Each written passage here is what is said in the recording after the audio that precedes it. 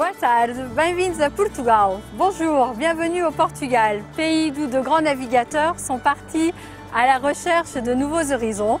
Je vous invite avec Travel Europe à découvrir en images ce pays merveilleux où vous allez voir à la fois le côté naturel, culturel, mais aussi la gastronomie ainsi qu'un accueil chaleureux. Partez avec nous!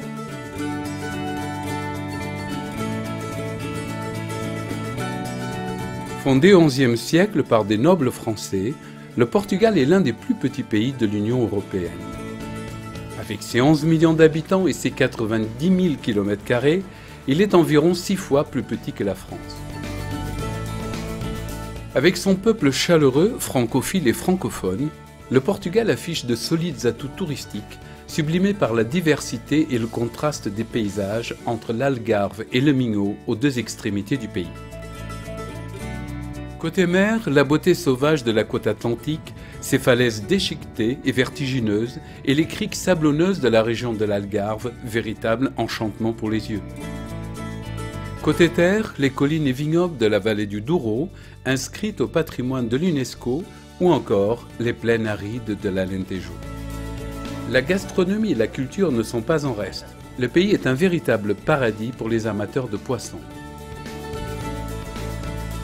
Profondément croyants, les Portugais ont édifié un nombre incalculable de lieux de culte et les fêtes et processions religieuses y sont évidemment très nombreuses. Envahi, conquis mais jamais soumis, le pays en a conservé des traces et des traditions culturelles solides.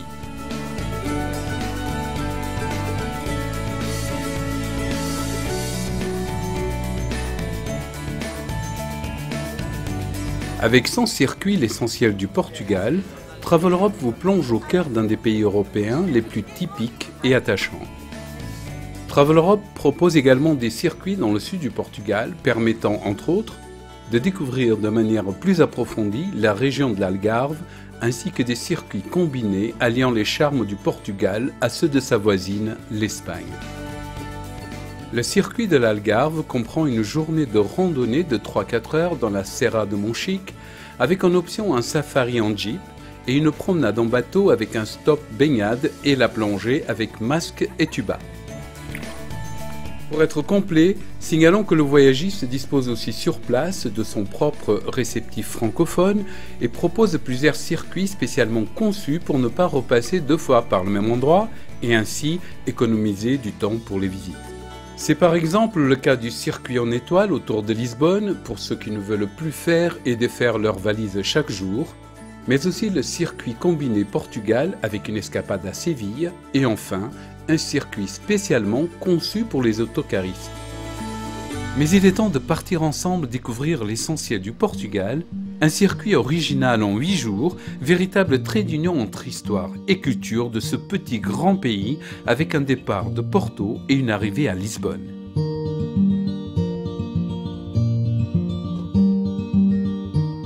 Nous voici à Porto, deuxième ville du pays avec son pont de chemin de fer si caractéristique, sorti tout droit des usines de Gustave Eiffel. Impossible en effet de manquer ce monument emblématique qui surplombe le Douro de ses 60 mètres de hauteur.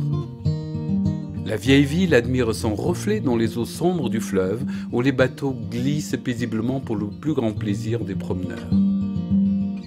Avec ses restaurants typiques et ses caves qui longent les quais, difficile de ne pas céder à la tentation de la dégustation du nectar local, le Porto. Le centre historique et ses bâtiments-églises aux façades d'azulège est classé au patrimoine mondial de l'UNESCO depuis 1996. Classé également depuis 2001 la vallée du Haut-Douro, et pour cause, ses quintas, ses vignobles et ses coteaux à flanc de colline constituent un époustouflant paysage sans cesse renouvelé. Pour ceux qui souhaiteraient pousser plus loin, Travel Europe propose aussi des visites en bateau dans la vallée du Douro.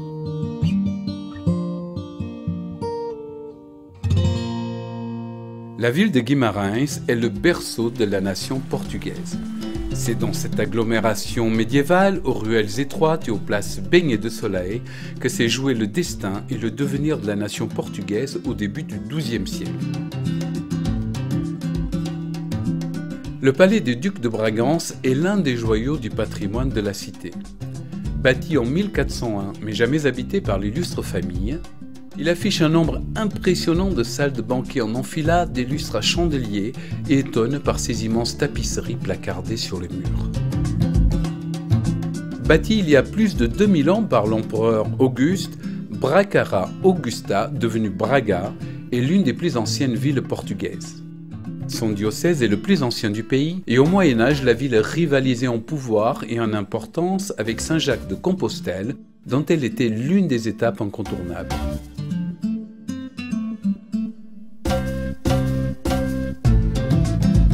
Petite cité médiévale, Aveiro est un ancien port dont l'accès à la mer a été brutalement coupé par une tempête au XVIe siècle. Ce n'est que 2 siècles plus tard, à force de ténacité et de travaux gigantesques, que les habitants parvinrent à percer de nouveau un canal. Un canal qui permettra au transport et au commerce de reprendre son essor. On appelle aujourd'hui Aveiro la Venise portugaise à cause de ses gondoles et de ses canaux. Située à 200 km de Lisbonne, Coimbra est une ville jeune, à l'ambiance décontractée et sympathique. Une ambiance qui s'explique en grande partie par la population étudiante, car Coimbra abrite le siège mythique de la première université portugaise. Pluridisciplinaire, c'est l'un des plus anciens établissements d'enseignement supérieur en Europe. Il compte plus de 20 000 étudiants. On les reconnaît, ces étudiants, à leurs costumes typiques et à leurs cravates et capes noires.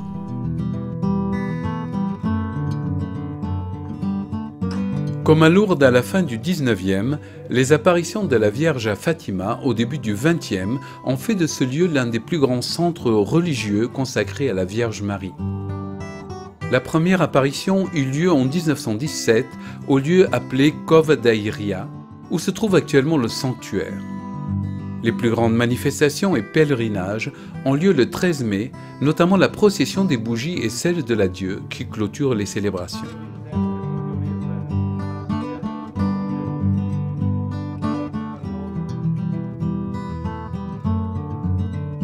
Situé sur la côte atlantique, Nazaré est le village portugais de pêcheurs par excellence. Sa magnifique baie dorée, en croissant de lune, abrite l'une des plus belles plages du pays.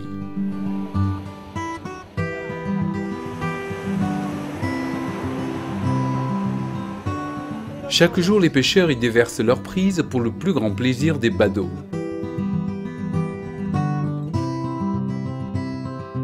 Mais Nazaré est aussi un spot réputé pour ses vagues gigantesques qui attirent toute l'année les meilleurs surfeurs de la planète. Petite ville médiévale pittoresque, Óbidos doit sa prospérité passée et son riche patrimoine religieux à son appartenance à Isabelle d'Aragon. Elle lui fut offerte par son mari, le roi Denis Ier. La reine n'eut de cesse alors d'améliorer et d'embellir ce petit bourg, dont le château, bien préservé, et le labyrinthe de rues, de petites places et de maisons blanches enchantent toujours les visiteurs.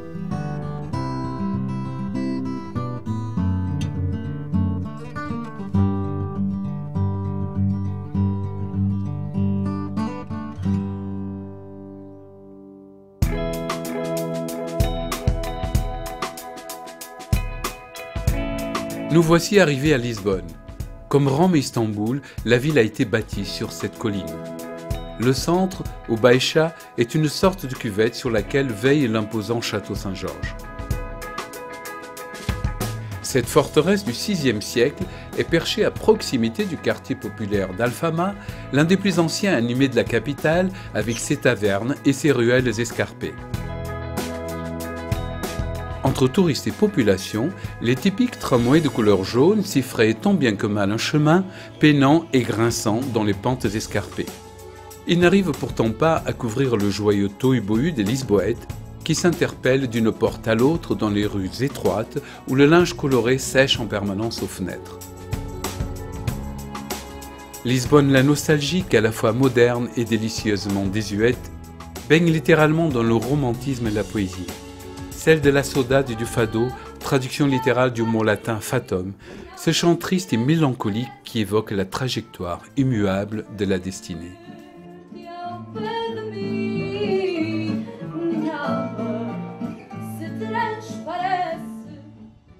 C'est d'ici du palais de Belém que les caravelles partaient toutes voiles dehors à la conquête du Nouveau Monde. Le fleuve Tage, appelé aussi la mer de paille pour les reflets dorés de son estuaire, est le berceau de cette extraordinaire épopée dont les traces sont toujours présentes.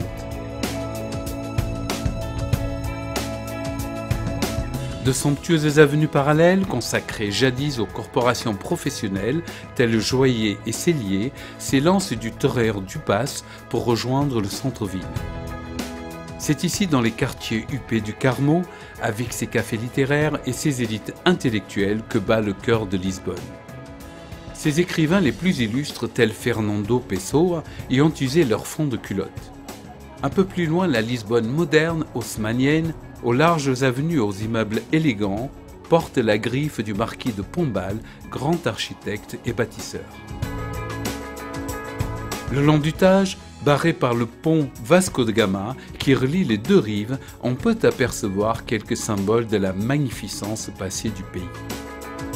Par exemple, le monastère des Hieronymites et son cloître, inscrit au patrimoine mondial de l'UNESCO, le musée de la Marine ou encore la tour de Belém avec son monument aux découvertes. Très populaire et typique, le quartier de Belém est aussi le lieu où l'on fabrique et déguste la friandise du même nom.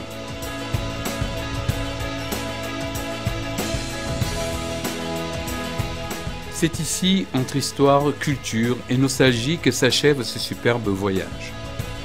Que vous optiez pour le circuit l'essentiel du Portugal, l'itinéraire de l'Algarve dans le sud du pays ou pour un produit sur mesure, Travel Europe dispose des ingrédients pour élaborer et pimenter le voyage de vos rêves. Travel Europe vous accompagne tout au long de votre voyage.